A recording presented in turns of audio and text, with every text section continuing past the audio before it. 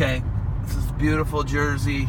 Beautiful New Jersey. Hey, it's just like Iowa, Zeb. This is just like Iowa and Ohio, right? Just like it. Okay, I like to catch you under duress and in a bad situation. I am under duress. You are. You're on.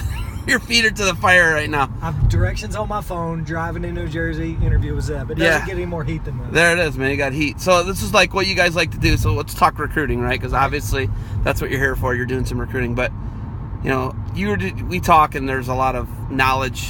I don't think it goes one way. You tell me more than I tell you. But how do you like to recruit guys, and what are the processes for you? You know, it's like relationship building, and how do you research guys? You know, that is fascinating to me how you do that. You make a lot of phone calls. So, I mean, this is what I try and do. I try and call and talk to people in their life until you find somebody that has something bad to say about them. Because everybody's got personality traits that somebody might not agree with. So I try and find as unbiased a person in their life that still knows about him that can give you an opinion. Because if you talk to mom or dad or wrestling coach, right, hardest worker on the planet, never touched a drop of alcohol in his life, all he wants to do is wrestle.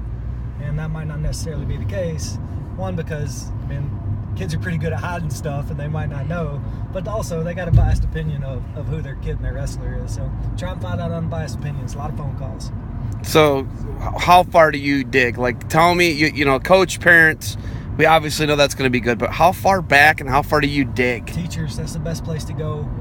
Because especially if it's a smaller school, teachers going to know pretty much everybody there, right? And they talk to other teachers that have had them, so they might not necessarily be tied to the kid's athletic career, and you can get a little more unbiased opinion from their teachers. I think it's a good resource to use. So teachers, non-athletic teachers, right? Teachers who are not coaches. Sure, fine. Talk to the English teacher.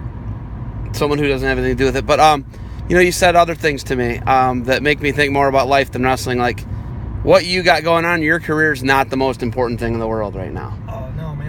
That blows my mind. Because it's right, but not a lot of wrestlers think that way. There's 7 billion people on Earth. I mean, there's a lot that's going on. My world is not the center of the universe, and I think to think that way is a disease. And even if you look at it from a selfish standpoint and you think everything that you do is the most important thing, well, like tragedy and bad things happen in your life, it's absolutely devastating. Instead of being able to step back and get a little perspective and realize, okay, there's tougher situations and people out there that are worse than me. Like we were talking about earlier, the breadlines in Armenia, the guy we were talking to, we don't even have any perspective on what's that like. Like, we're hungry, we'll walk downstairs, somebody was complaining because their bacon wasn't crispy enough. Like, that's the world we live in. How am I going to get really wrapped up in, I lost one match last year, even though I won 35 of them. Like, it takes a little bit of perspective to be happy in wrestling. That's, I mean, you know, it's not very nice sometimes. It'll throw you some bad beats, and everybody's going to lose. Everybody's going to have setbacks. So you do have to keep that perspective that what I do in my career and what's going on is not the most important thing that's happening on the planet. You guys go and get guys. It's pretty diverse. Obviously, I was saying, you know, you're saying if you're from California and you're going to UNI, you're obviously going there to win a national title. You're not going there for the beautiful whitewater rafting or anything like that, right? Yeah. Getting diversity in there, bringing guys in from the East Coast. You're here in Jersey recruiting. How important is it to get different perspectives, different guys, different flavors in there? I think it's part of the team building. I'm actually doing a lot of research on team building right now and group dynamics. And the more, I try and get guys to be as honest with themselves and their teammates as they can. So the different perspectives you have, it makes, okay, if we're talking about what does selflessness means, that's one of the tenets on our team, is to be a good teammate. I think a lot of people have it wrong, because you'll hear the talk at NCAAs, go out there and take care of yourself, and the team will take care of it. So, right, you hear that speech over and over and over again at NCAAs, and I think it's backwards. I think if guys focus on the team, then the individual output will take care of itself. So when you got a bunch of diversity on your team and guys look at selflessness in a different way, the more people that talk about it, that look at it in a different light, it clicks with people. Okay, I kind of think about it that way too, so it makes their view of it a little bit stronger.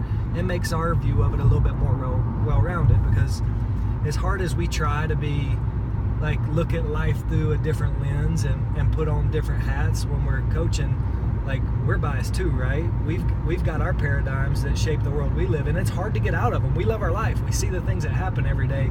So having that diversity, not just on the team, but on the staff and the people you surround your group with, just makes the team unit so much stronger. Take exit 165 toward Ardell. Listen, my brain gets filled with knowledge and I get pumped. I mean, that's good thinking. And We get a little Jersey. We were just on an empty freeway, by the way. I know. That was pretty sweet, right? What's my change here? Couldn't tell you. Let me be more helpful here, all right? I'll turn this off.